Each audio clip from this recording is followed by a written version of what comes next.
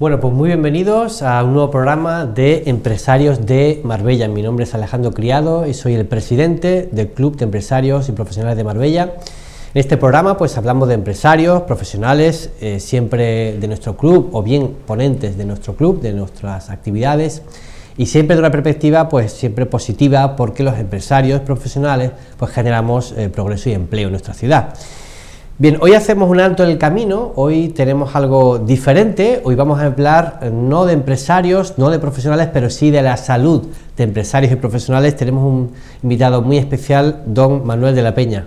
Muy bienvenido. Buenas, ¿cómo estamos? Gracias por invitarme a tu programa. Bueno, pues es un placer tenerle aquí, la verdad, porque él va a ser ponente en el mes de abril, Dios mediante, en nuestro club, pero bueno, pues ahora contará que está haciendo una ronda de presentaciones de su libro por todos los medios de comunicación a nivel nacional y sobre todo por la provincia de Málaga. Pues yo ya le he visto en varias conferencias y bueno, vamos a pasar a presentar al conferenciante, el doctor Manuel de la Peña. Él es médico especializado en cardiología, sobre todo es presidente del Instituto Europeo de Salud y Bienestar Social, es director de la Cátedra del Corazón y Longevidad, profesor de cardiología de la Universidad de San Pablo CEU, y doctor cum laude en medicina con su tesis doctoral sobre cardiopatiens, factores de riesgo cardiovascular en pacientes con cardiopatía isquémica. Tiene además múltiples condecoraciones y reconocimientos a nivel nacional e internacional. No puedo leer su currículum entero porque es amplísimo, y sobre todo de lo que vamos a hablar hoy es de su último libro, que es Guía para vivir sanos 120 años. Este libro es una maravilla, ahora vamos a hablar de él, aunque él es autor de otros muchos libros y publicaciones: Tratado del Corazón, las necesidades de los pacientes, excelencia sanitaria, control del tabaco, en fin, es un autor de muchísimos libros, pero creo que vamos a hablar hoy de posiblemente el libro que más difusión está teniendo, entiendo yo, que es La Vía para vivir 120 años. Pues, doctor de la Peña, un placer, como digo, tenerle por aquí. No sé si me ha faltado algo. Creo que usted ha sido recientemente designado como embajador de la salud y la vida, ¿verdad? Ayer mismo, sí. Buenas, ¿cómo estamos? Gracias. Sí, ayer precisamente nombraron embajadores de España, al mejor embajador de España, a los del Río, por su canción de la Macarena, y yo tuve el gratísimo honor también de recibir ese reconocimiento como embajador de salud y de la vida por parte de la Real Academia de la Diplomacia del Reino de España, que preside Santiago Velo Antelo y que el presidente de la Junta de Embajadores es Fernández Pita, con lo cual estoy muy contento de haber compartido ese premio con los del Río, que son buenos amigos, y que la Macarena sigue viva, eso es importante. Absolutamente, sí, la verdad que recuerdo que hubo un presidente de Estados Unidos que bailó la Macarena cuando ganó. Efectivamente, y la seguimos bailando. Yo la bailé todavía ayer en la cena en el Alfonso XIII, una cena de gala organizada por la Academia, que la verdad ha sido una maravilla, y ellos están súper jóvenes. Bueno, la verdad es que tienen, creo que 74 años, y los dos están con una fuerza enorme recorriendo el mundo y cantando la Macarena y llevando a España por todos lados, todos los rincones. Qué bien, porque además esa canción es saludable bailarla, ¿verdad? Por supuesto, bueno, de hecho viene en el libro, porque la Macarena, al igual que cualquier tipo de música, lo que hace es esas ondas sonoras que percibimos en nuestros oídos, cuando llegan al cerebro se transforman en unos estímulos positivos. Esas ondas sonoras se convierten en estímulos positivos que lo que hacen es estimular las áreas cerebrales más positivas para nuestras emociones, con lo cual, ¿qué ocurre? Que se produce una liberación, una descarga de todas las hormonas de la felicidad, todos los neurotransmisores como la dopamina, la oxitocina, la serotonina y las endorfinas, y esos neurotransmisores son los que hacen que nos sintamos bien. Por tanto, uno de los consejos que doy ya por adelantado para la longevidad es escuchar 30 minutos de música al día, y está comprobado. Por eso para mí una de las cosas que más feliz me hace es ser amigo de músicos, estar con músicos, escuchar cómo toca un instrumento musical, y creo, fíjate hasta qué punto, Alejandro, que es importante la música, que debería de ser obligatorio que en los colegios aprendiéramos todos desde pequeños a tocar un instrumento musical, porque tu vida cambia, tu percepción de la salud, tu percepción de estar sano es vital la música hace que las personas y los niños nazcan sanos, por eso deberíamos de obligar, digo obligar porque es la manera de que fuera una asignatura que todos tenemos ahí y que no hemos hecho muchos de nosotros. Qué interesante, yo diría que es de las aportaciones más originales del libro. Yo lo he hablado con usted, es decir, yo me gusta mucho leer de salud, he leído los grandes, es decir, desde el doctor Dharma Singh Khalsa, Deepak Chopra, es decir, el doctor Perlmutter, son superventas. Pero claro, y empiezo por la primera pregunta, este libro está basado no en opiniones suyas, sino en un trabajo empírico, ¿verdad? Efectivamente, y además te voy a decir más, ¿por qué nace este libro? O sea, este libro es un libro basado en historias reales, es decir, yo he publicado 12 libros antes que este libro y era basado en experimentos con ratones, en laboratorios. Este no, este lo que hice es visitar a las personas que cumplían más de 100 años, pero sobre todo he entrevistado clínicamente, les he tomado la tensión, les he tomado el colesterol, he estudiado todos sus comportamientos en entrevistas clínicas a personas de 117 años, 114, 112, es decir, basado en historias reales. ¿Y por qué? Te confieso, no se me ocurrió a mí. A mí en el año 2010 publiqué un libro que se llama El Tratado del Corazón y en ese libro hice un capítulo que se llamaba Corazón y Longevidad. ¿Cuál fue mi sorpresa? Que ese capítulo a nivel internacional levantó mucha polémica la parte de longevidad, o sea, estamos hablando hace 15 años. Y a partir de ahí yo me metí en esa investigación. Fruto del libro me llama Forbes hace como unos años y me dice, doctor de la Peña, me gustaría saber qué expectativa de vida calcula usted para los humanos. Y yo les contesté 120. Y me dijeron que por qué hablaba de 120. Le dije, por una razón muy sencilla. La persona que más ha vivido en la historia de la humanidad se llama Jean Calment, un mito en Francia que vivió 122 años. Entonces yo baso mi libro en Jean Calment por los 122 años que vivió. Y a partir de Jean Calment empiezo a bajar escalones y empiezo a ver a María Brañas, española, que nació en Girona y que vivió hasta este verano hasta los 117 años. Algo real. Silveria Nieto, que vivió hasta los 114 años, extremeña. Teodora Cea, que vivió hasta los 112 años en el Escorial. Pero lo más curioso, Alejandro, es, tú que eres un gran empresario y además un gran abogado, me vas a entender lo que es las experiencias reales. Yo estuve la semana pasada con Angelina Torres Balbuena, que tiene 112 años y hoy ocupa el trono de la longevidad en España. Y le dije a Angelina, me gustaría saber si está dispuesta a llegar a los 120 años. Y me dice que no, que ella lo que pretende es llegar a los 170 años. Tiene una cabeza impresionante, se acuerda de todo, tiene una memoria privilegiada. Ella lo único que hace es andar en el taca-taca en casa, pero tiene movilidad, hace su cama, se viste sola, se levanta sola y tiene 112. Con lo cual, si una persona te dice que quiere llegar a los 170, me quedo muy contento. Claro, como no son opiniones, sino es un estudio empírico, ¿cuáles son las claves que usted ha visto en los supercentenarios de por qué han llegado a esa edad? Pues mira, a todos les he tomado la tensión arterial y todos la tenían perfectamente controlada. Muchos de ellos en 120, o sea, una tensión que no tiene riesgo de ictus, porque el miedo que tienen ellos es a perder la cabeza. Le digo, no os preocupéis que con esta tensión arterial no vais a perder la cabeza. Primer punto, tensión arterial controlada. Segundo punto, colesterol bajísimo, curiosamente la mayoría en 120, o sea, ya tenemos 120 de tensión y 120 de colesterol, dos parámetros importantes.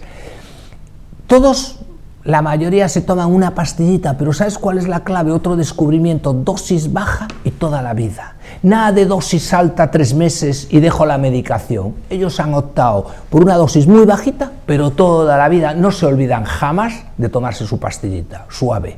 Entonces tienen colesterol controlado, tensión alta, no fuma ninguno, no me he encontrado con ningún fumador. Claro, me hubiera gustado ver cómo fuma un señor de 114 o 112, ninguno fuma.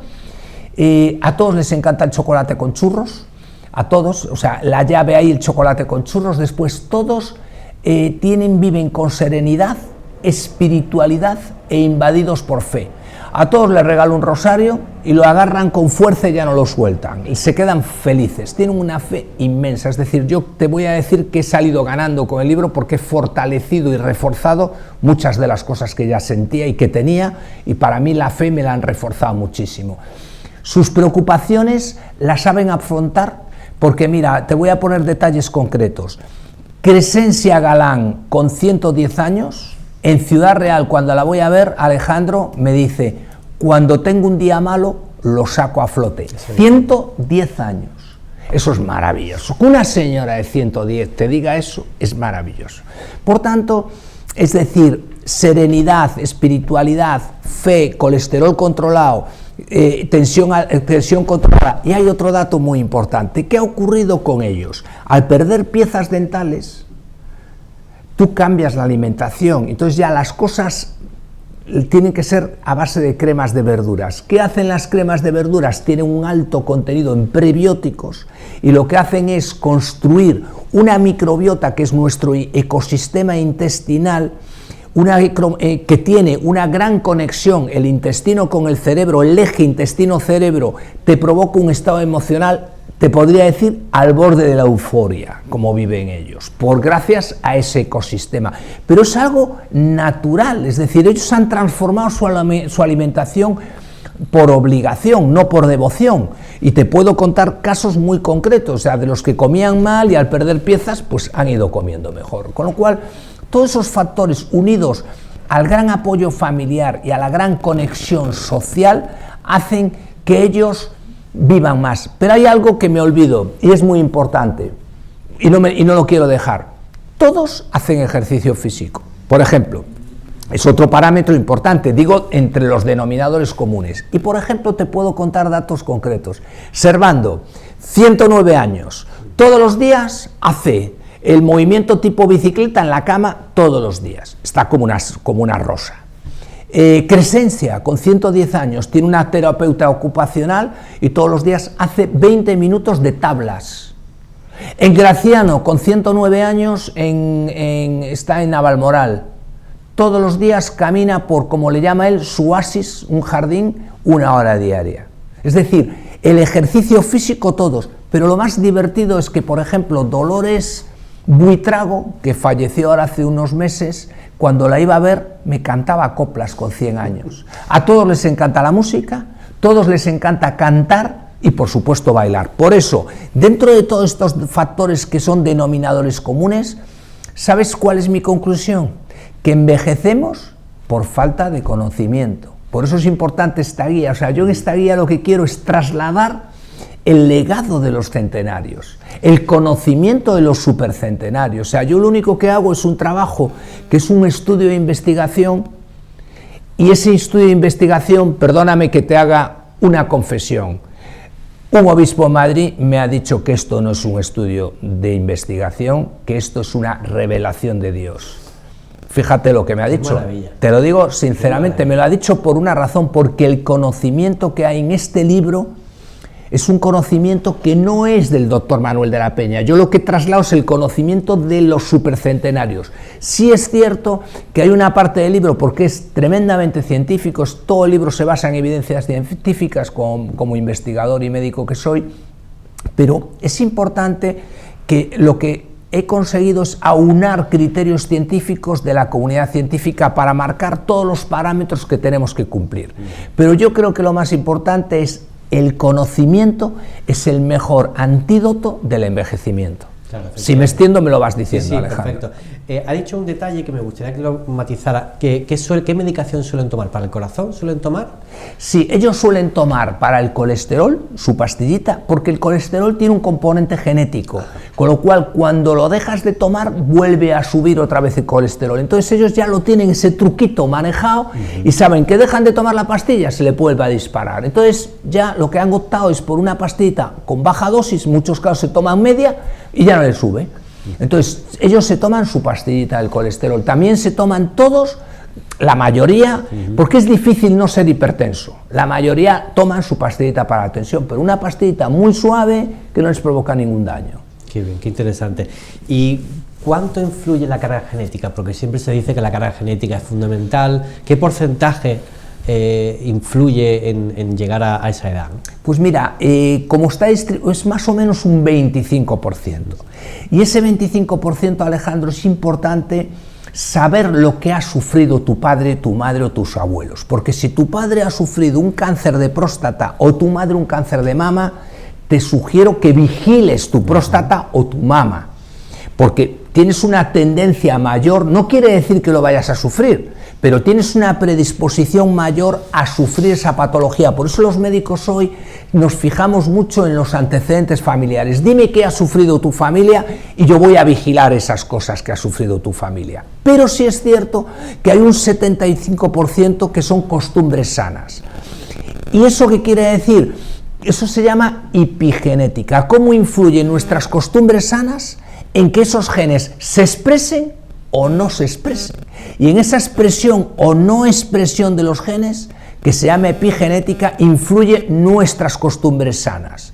Es decir, si yo te provoco a ti para que tú te enfades, tú llegará un momento que te enfades. Esos son los genes. Entonces, si te cuido y no te enfadas, mira mejor. Entonces, no enfades a tus genes y cuídate. Hasta el punto que te diría que si tú y yo heredamos la misma casa y tú cuidas tu casa y yo no, a los 25 años yo tengo la casa que es exactamente igual que la tuya, desastrosa, y tú la tienes impecable. Por tanto, es importante heredar genes, pero es más importante tener unas costumbres sanas. Porque además te voy a decir más, podrías haber heredado tú el gen Matusalén, que es un gen que te permite vivir más, pero ¿de qué vale heredar un gen Matusalén si después vas circulando por la carretera con tu coche a 200 kilómetros por hora? Has heredado un Ferrari, pero vas a 200 kilómetros por hora. Por tanto, hay que cuidar la salud para vivir más y sobre todo, Alejandro, la filosofía de este libro no es vivir 120 años, sino es vivir libre de enfermedades. Eso es importante. ¿Y puedes dar algún dato más sobre el ejercicio físico? ¿Cómo tiene que ser el ejercicio físico? Pues mira, ahora está muy de moda en los centenarios hacer pesas. Muy de moda hacer pesas porque está demostrado que las pesas tienen además de recuperar masa muscular, es decir, el problema al cumplir años vas perdiendo masa muscular. Entonces, para evitar el perder masa muscular y fortalecer la musculatura, que es lo que te va a conducir a una pérdida de movilidad, las pesas, fenomenal. Pesas sin ánimo de levantar grandes kilos, es levantar un poquito de pesas, porque a nivel cerebral es muy positivo y a nivel muscular recuperas masa muscular y recuperas el fortalecimiento de músculos. Y siempre haciéndolo algo suave, no hace falta hacer grandes esfuerzos ni romperse en un gimnasio que no tiene ningún sentido. ¿Y caminar, por ejemplo? Fantástico. Y si caminas por la naturaleza, mejor. Por ejemplo, en Marbella, a mí uno de los paseos que más me apasionan es todo el paseo de la playa, desde Banús, no sé hasta dónde llega el camino ese. Bueno, ya casi Estepona. Hasta Estepona, o sea, eso es maravilloso. Sí. Es decir, toda esta caminata por la primera línea, además que vas viendo las terrazas, eso hay que hacerlo todos los días. Insisto, y además, nuestra mente, nuestro cerebro es tremendamente perezoso, trabaja con la ley del mínimo esfuerzo. ¿Esto qué significa? Que el primer día te va a costar porque tú tienes que sobrepasar los límites de tu cerebro. Pero ¿sabes lo grandioso del cerebro? Que a los 21 días ya no tienes resistencia. A los 21 días, si caminas 20 minutos todos los días, los primeros días no, qué pereza. Después ya te lo pide el cuerpo. El cerebro es el que manda. Es decir, cuando superas la resistencia que el cerebro te opone, esa caminata por todo Marbella, desde Banús hasta Marbella, que para mí es mi paseo favorito, eso va a ser lo habitual, y el día que no lo hagas te vas a encontrar mal. Insisto, el gran enemigo de la longevidad es perder la longevidad, perder la movilidad, digo la longevidad. Claro. Entonces, para no perderla, ejercicio físico, caminatas y pesas. Y si encima tu pensamiento es pensar en verde, es decir, que sea por la naturaleza, mucho mejor que mejor. ¿Y su opinión del ejercicio intenso cuál es? Mi opinión del ejercicio intenso tiene unas connotaciones muy cardiovasculares y es la siguiente. Personas de 40 años que se meten en un gimnasio y se ponen una cinta a correr a toda velocidad sin conocer el estado de sus arterias coronarias, si hay alguna oclusión o no, peligroso. Me explico. El colesterol especialmente puede provocar una arteriosclerosis precoz, acelerada. No quiere decir que la tengas a los 80. Hay gente con 40 años que tiene arteriosclerosis en las arterias coronarias. Las arterias coronarias son las tuberías que llevan la sangre al corazón.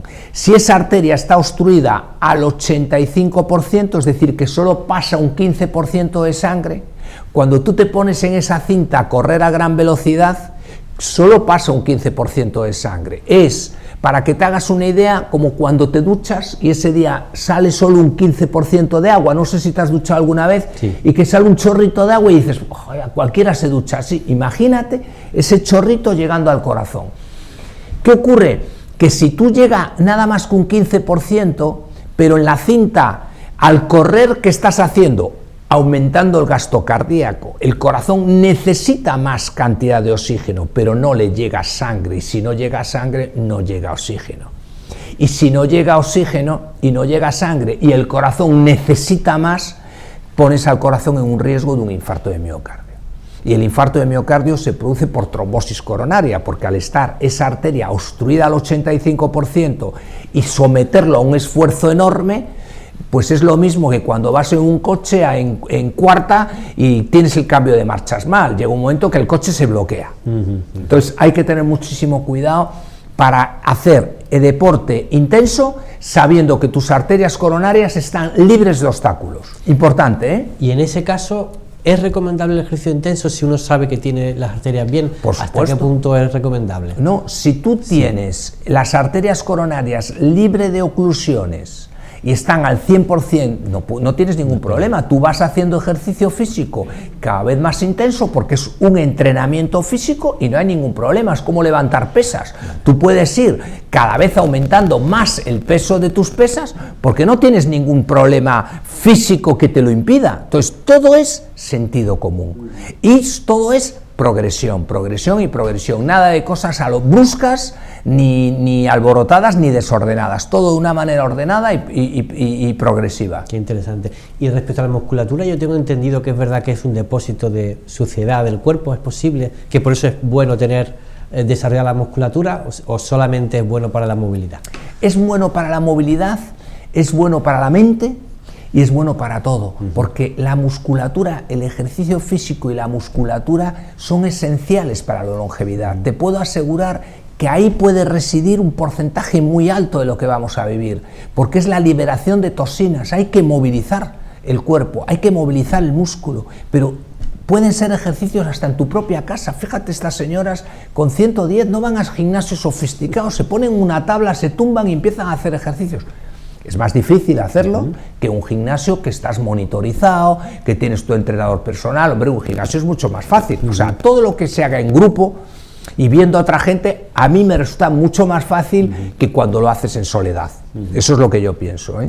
Qué interesante. Y respecto a la alimentación, ¿qué claves puede dar respecto a la alimentación para la longevidad? Pues mira, en alimentación hay varias claves. Uno, vamos a empezar por lo más importante, una dieta mediterránea, muy rica en pescado, muy rica en verduras, en cereales integrales, muy rica en aceite de oliva, 2 o 3 cucharadas al día de aceite de oliva virgen, que nosotros fabricamos la mejor aceite de oliva del mundo.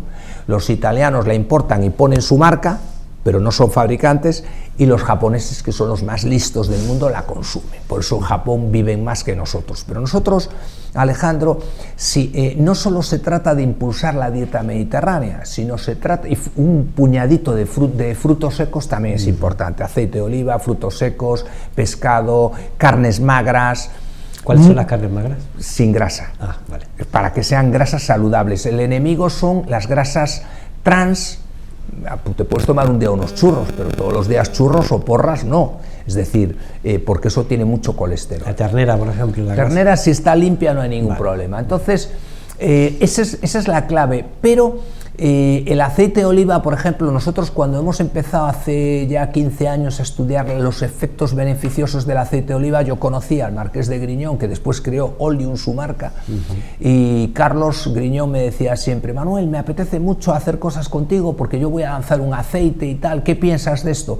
Y lo estudiamos juntos prácticamente. Entonces el aceite de oliva lo que hace es mejorar los niveles de colesterol malo, es decir, regular el LDL colesterol, y en cambio eleva el colesterol bueno, que es el HDL, el que nos protege, lo eleva, igual que el ejercicio físico. Por tanto, el consumir 2 o 3 cucharadas de aceite de oliva es sanísimo. El consumir, hay otro descubrimiento que me apasiona, que es la microbiota, es decir, puedes tomar prebióticos, que lo que hacen esos prebióticos es mejorar la microbiota, que está, insisto, los prebióticos están en las verduras, cereales integrales, todo lo que sea, como digo yo, proteína verde. Pero por otro lado tenemos los probióticos, que son organismos vivos, fermentados, todo lo que sea fermentado, el kefir, la kombucha, el miso, todos los probióticos, eso es un tesoro. Y si encima esos probióticos provienen de alimentos orgánicos, ecológicos, muchísimo mejor. Cualquier persona que tenga problemas intestinales, que siempre tenga dilatación, es porque en ese ecosistema, ¿por qué se produce esa dilatación y esas molestias gastrointestinales continuas?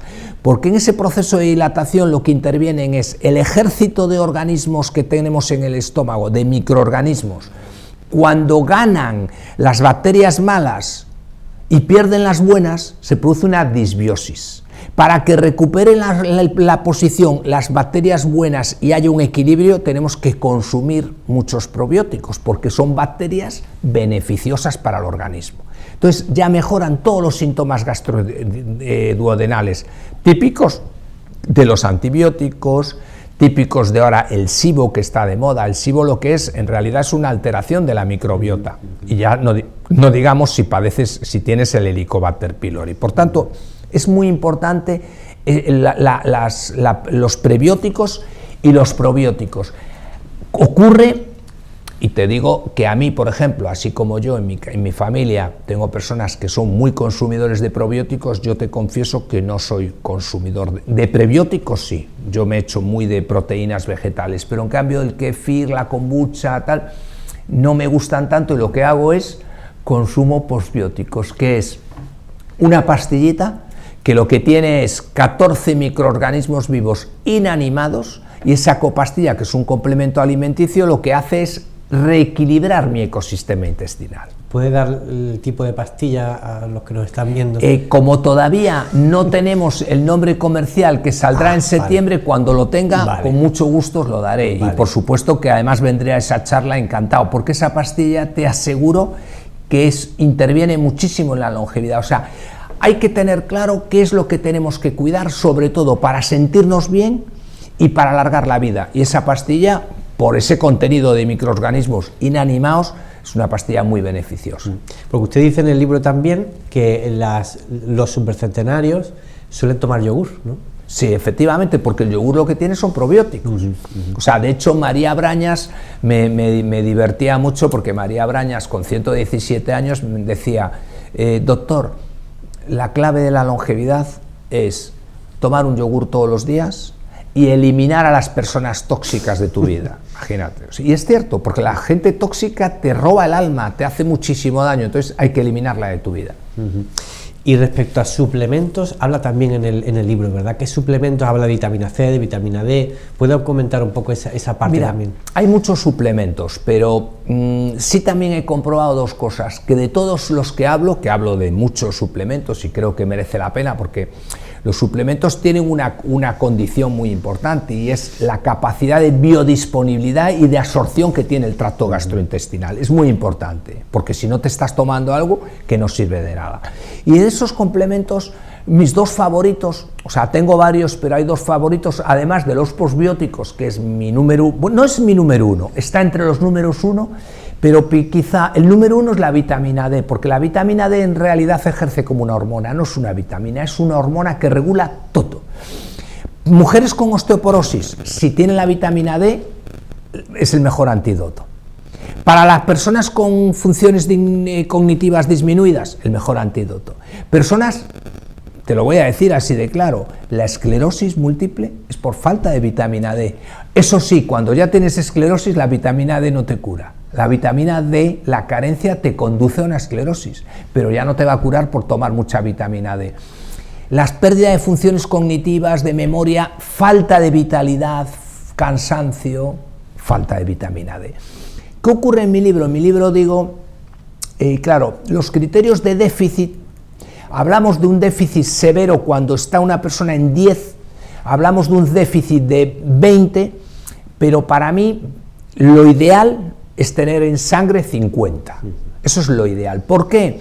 Porque en 50, si tú lo experimentas primero, no tiene ningún riesgo el tener 50, o sea, tendría un riesgo tener 200, que no es, para tener 200 es muy difícil.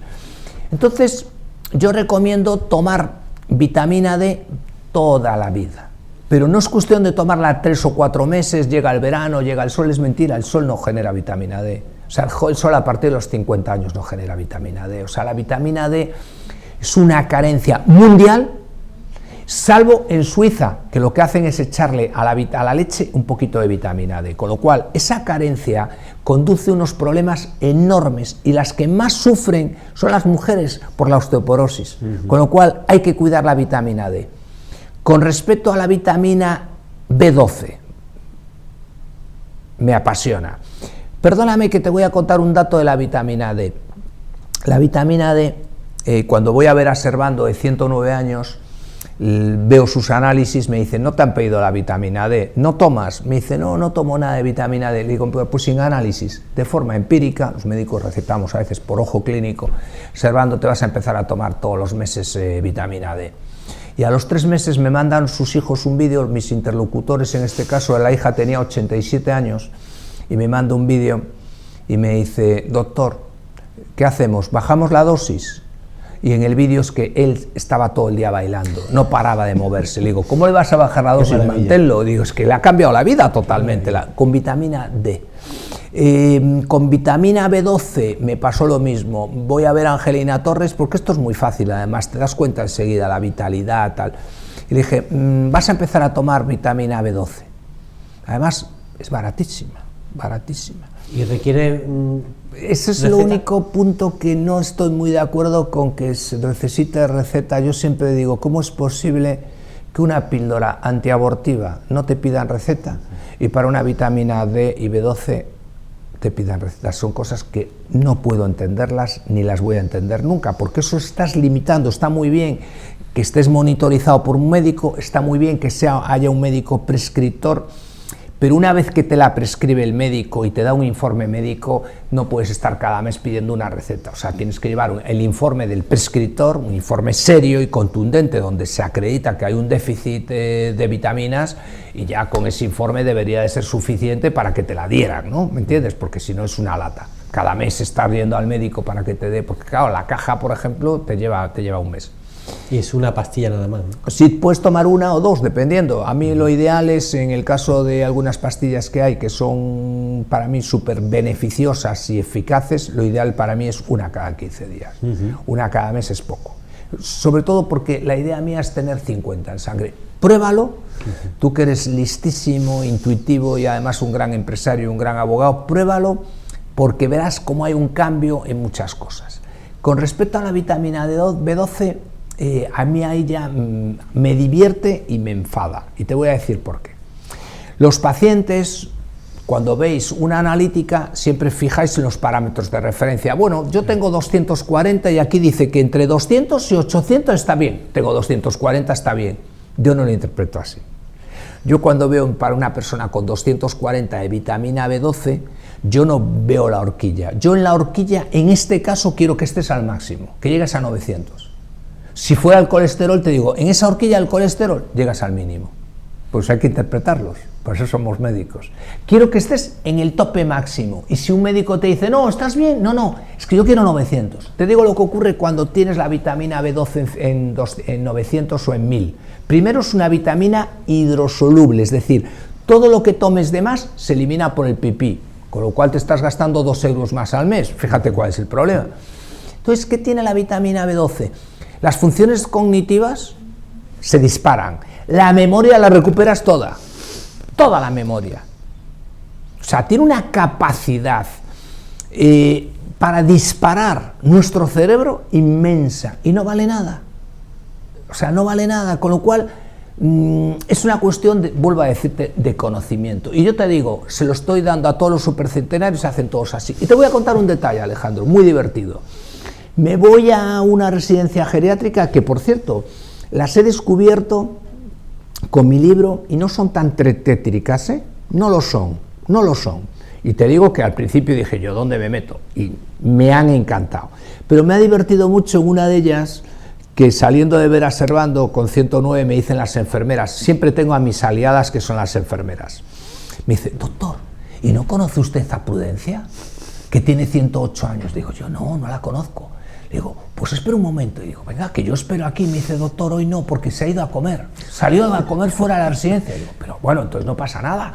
La espero aquí porque, mira, tengo que volver a subir a ver a Servando y una hora la puedo esperar. No, doctor, es que después de comer se va al Corte Inglés de compras.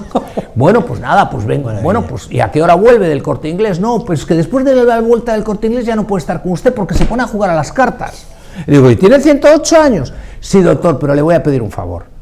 Tiene que bajarle la dosis a todos de vitamina B12 y de vitamina D porque cada vez que dejamos las puertas se nos van todos a la calle. Por favor, digo yo, pues eso eso es la realidad. Eso es la realidad, con algo que cuesta poco dinero, porque hay una cosa, Alejandro, también que he descubierto, son muy poco consumidores del servicio de salud. Cuando nos dicen, esto va a ser la ruina del sistema, es mentira. Son gente austera, no consume, es gente buena, gente sana, gente respetuosa, con lo cual es una delicia. Yo creo que más aún pienso hacer una instancia general para que les den un plus en las pensiones a los que cumplan 100 años. Sí. Te lo digo sinceramente, porque es gente que hay que cuidar. Es un legado de sabiduría. Absolutamente. Hay otros temas que comenta en el libro que son ya más técnicos, y es la telomerasa y el clozo, la proteína anti-envejecimiento. ¿Puede comentar? A ver, vamos a ver. Te lo voy a comentar. Mira, el cloto es una sustancia que es una proteína que se libera en el riñón. Cuando el riñón funciona perfectamente, el riñón está fabricando cloto, que es la proteína por antonomasia del antienvejecimiento. Eso es un tesoro que tenemos en el organismo. Cuando el riñón lo sobrecargamos de medicinas, de antibióticos, de un montón de medicinas, el que más sufre es el riñón.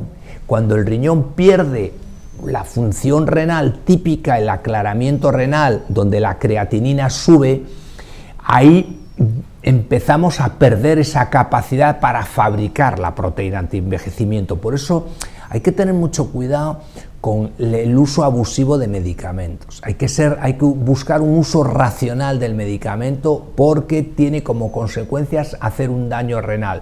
Fíjate hasta qué punto llega que hoy sí estoy preocupado por el sumo pontífice y por el Papa, porque hoy ha empezado con insuficiencia renal. Y cuando una persona ingresada está con problemas de insuficiencia renal, ahí se levantan todas mis alarmas. Fíjate lo importante que es el riñón. Por tanto, ¿qué se está haciendo a nivel de investigación? Se ha descubierto una terapia génica que es con cloto. Esa terapia génica con cloto quiere decir que yo te pongo unas inyecciones con cloto y lógicamente vuelves lo que tú no eres capaz de producir, lo fabricamos porque te la estoy inyectando. Lo que pasa que es experimental, todavía no está aprobado por la FDA, pero ese es el camino, el cloto. Y esa misma terapia génica se está aplicando para otras dos sustancias. Para la telomerasa, entonces yo te inyecto unas inyecciones de telomerasa, y lo que hago con la telomerasa es una enzima que lo que hace es alargar los telómeros. ¿Qué son los telómeros? Yo no sé si tú llevas hoy unos zapatos con cordones, pero cuando llevas los zapatos con cordones, lo que está en el extremo del cordón se llama telómero, y ese extremo del cordón, que es un plastiquito, yo no sé si a ti te ha pasado alguna vez que se rompe, se raya, pues cuando se rompe y se raya y sobre todo se acorta, el acortamiento del plastiquito, que es el telómero, lo que hace es disminuir la cantidad de años que vamos a vivir. Cuanto más largo el telómero, más vamos a vivir. Cuanto más se acorta, menos vamos a vivir. Pero cuando se raya y se rompe, empeora nuestra calidad de vida. ¿Qué hace esa enzima que es la telomerasa cuando te la inyectan a través de terapia génica? Aumentas la capacidad de reparación del telómero y aumentas la longitud del telómero. Quiere decir que vas a vivir más y mejor. Esas son las dos terapias, junto con otra terapia génica que es la folistatina, que es un inhibidor de la miosina a nivel muscular, que lo que hace es fortalecer la masa muscular y por tanto los músculos se ponen como piedras. Esas son las grandes terapias, una para la movilidad y para fortalecer y recuperar la masa muscular, otra para alargar los telómetros y otra como proteína antienvejecimiento. Este tratamiento experimental se está haciendo en algunos países, es carísimo como estudio experimental, pero en el momento que esté aprobado por la FDA, que cualquier día llegará, lógicamente la extensión y la universalización de esos tratamientos implicarán una democratización de los precios. Ese es el camino. Entonces, hay todavía mucho margen en la medicina para ayudar al envejecimiento o digamos, ayudar 100%. 100%. Tú piensas una cosa, que nosotros, por ejemplo, estamos curando cosas que antes no curábamos. O sea, en corazón, yo creo que la gran revolución de la medicina ha sido el corazón. O sea, nosotros el corazón, cuando te daba un infarto antes, te morías. Hoy, cuando te da un infarto, llegas al hospital a tiempo, te pone un stent y salvas la vida en 5 minutos. Eso no ocurría hace años. No ocurría hace años en muchísimas patologías que no se curaban. Pero fíjate lo importante que es que el premio Nobel de Química, Demis Habbibis, acaba de descubrir, le dieron el premio Nobel porque ha descubierto la interacción de 200 millones de proteínas.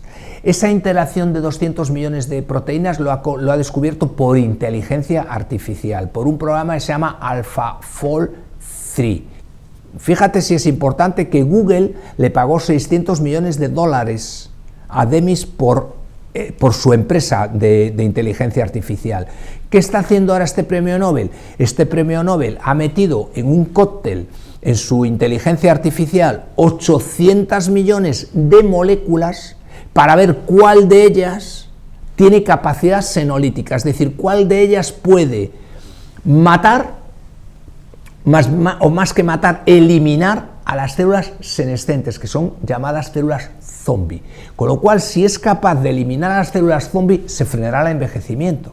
Entonces, ya no lo hago yo, lo hacen programas de inteligencia artificial. Para que te hagas una idea, cualquiera de estas cosas que te estoy contando, a mí me llevaría, este libro me ha llevado varios años, investigar sobre una molécula con capacidad senolítica, más o menos me podría llevar 10 siglos, 1.000 millones de años. A Demis, con su programa de inteligencia artificial, le llevará 1, 2, 3, 4, 5, pero en 5 años tenemos un senolítico, 5, 2 o a lo mejor mañana, porque está en ello. Y el primero que pega 2 veces. Y respecto al chip, porque hay algo que se puede implantar en el cerebro, y lo comentó en una conferencia, ¿no? Que sí. ¿Puede comentarnos sobre ese chip y en qué consiste? Y además usted ha dicho que se lo pondría, ¿no? Yo me lo pondría, por supuesto, pero de momento te cuento. Vamos a ver, la empresa que lo ha creado se llama Neuralink, que son unos neurocirujanos números 1 en el mundo. Esta empresa de estos neurocirujanos llegó Elon Musk hace años, y Elon Musk la compró, porque Elon Musk es número 1 comprando empresas biotecnológicas, número 1. Entonces la compró y le dijo, vosotros seguid trabajando con toda la libertad del mundo, yo lo que quiero es descubrir esto. Y los ha dejado con dinero, y lo que han hecho es ya implantar 2 chips cerebrales que es como el tamaño de un euro. Te lo ponen aquí, como el tamaño de un euro. Y lo que han hecho es 2 personas con problemas de discapacidad han empezado a caminar. Eso ya es real. Madre mía. Es ya real. Y este año lo más grandioso es que ese microchip cerebral que ha inventado la empresa de Elon Musk también existe en China se llama Neuramatrix, y esa competencia en el mercado entre China y Estados Unidos con los microchips cerebrales, que son exactamente los mismos que llevan los coches. Un coche sin un microchip no puede funcionar. Nosotros con ese microchip lo que va a ocurrir es que yo sabría cuál es la próxima pregunta que me vas a hacer, porque leería tus pensamientos. Esa es la diferencia del microchip. Yo voy a leer tus pensamientos. Yo voy a coger con mi pensamiento y hacer esto. Levantar la mano. Simplemente pensándolo. No tengo que mover la mano. Yo cojo y pienso que voy a levantar el brazo y el brazo se levanta solo. Ese es el chip para personas que tienen un problema. Pero ¿qué ocurre? Que ¿a qué viene Elon Musk y por qué se ha hecho íntimo amigo de Donald Trump? Por una razón muy sencilla. Porque Elon Musk está sometido a un nudo regulatorio, es decir, el marco regulatorio que hay para todas sus empresas está cerrado, es un embudo. ¿A qué viene él? A abrir ese embudo y que le dejen aplicar todos sus inventos de una manera universal, porque entonces amplía su target de acción y va a multiplicar su dinero, es decir, sus inversiones se van a multiplicar, porque en estos momentos está muy restringido. Y yo creo que a mí lo que más interesa, a lo mejor te puede interesar irte a vivir a Marte, que se va a ir a vivir a Marte seguro, pero a mí me interesa mucho el biochip. ¿Por qué? Me interesa el microchip cerebral, porque yo, si estoy en estos momentos metido en una maraña de problemas, eso me va a permitir despejar mi futuro, despejar mi horizonte y saber cómo piensan los demás. Y sobre todo, que es un microchip, te guste o no, que nos permitirá combatir mejor la inteligencia artificial. Tú piensas que en los humanoides va a ser algo muy habitual en nuestras vidas, muy habitual.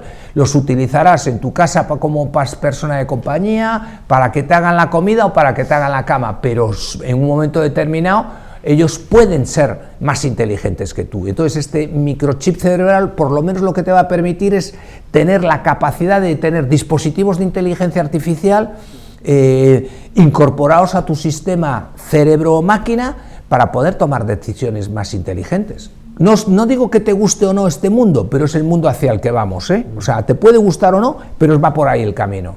Qué interesante. Y ya por ir terminando, ¿puede hablarnos un poco de la humanización de la medicina? Yo creo que eso es una de las grandes virtudes que tiene. Mira, la humanización de la medicina te lo voy a resumir muy rápidamente. Cuando tú estás con un paciente, lo más importante es la gestión emocional de ese paciente. Ese paciente te transmite sus problemas, te transmite sus inquietudes, te transmite sus incertidumbres que las tiene. Tiene un problema, tiene una patología, se encuentra mal y te transmite. De la manera que tú manejes y gestiones esas emociones, de tu consulta sale una persona todavía más enferma o sale una persona con una esperanza para curarse. Todo depende de cómo gestiones sus emociones. Esa es la parte humana, el calor humano, la empatía, el trato, la calidad, la información adecuada, todo eso ayuda a curar, forma parte de la terapia, la humanización. Por eso yo siempre digo que hay que saber gestionar las emociones de un paciente, porque te puedo asegurar que si tú ahora tienes un problema y te digo, Alejandro, veo que tienes mala cara, Alejandro, creo que tienes palpitaciones, tómate el pulso, deberías de ir a urgencias, te empiezas a poner pálido, acabas yendo a urgencias y te acabas ingresando, porque hay una parte que se llama sugestión. Y yo puedo conseguir que tú te sugestiones negativamente y acabes en urgencias, o puedo conseguir que de aquí salgamos y nos vayamos a tomar un vinito, que tampoco está mal. Y si es encima la parte antigua de Marbella, que a mí me chifla, todavía mucho mejor. Fíjate cómo puedes cambiar en la humanización. Por eso yo en este libro, en esta guía para vivir sano 120 años, le dedico un capítulo entero a la humanización, con historias también reales. Y cuento una historia real que es cuando tuvo el ictus Miguel Boyer.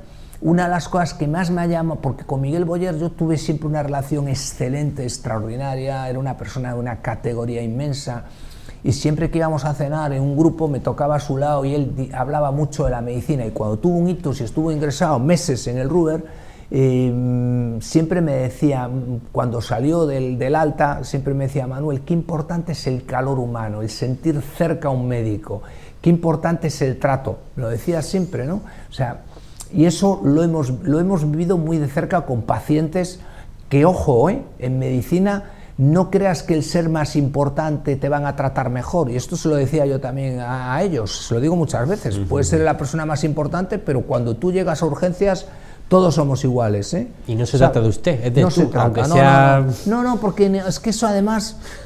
Eso no existe, es decir, eso no existe, es decir, la humanización de la medicina, tenemos que tratar a las personas como personas, y es muy importante. Te aseguro que el calor humano, la cercanía, la información, el tratar así, implica que ayudas mucho a curar a una persona. Pues doctor de la Peña, ha sido un placer escucharle, la verdad que mi recomendación nuevamente de este libro. Muchísimas gracias por estar con nosotros. Muchas gracias bueno, y a ustedes, pues televidentes, pues nos vemos Dios mediante el mes que viene en este programa que es Empresarios de Marbella. Muchísimas gracias, hasta muy pronto.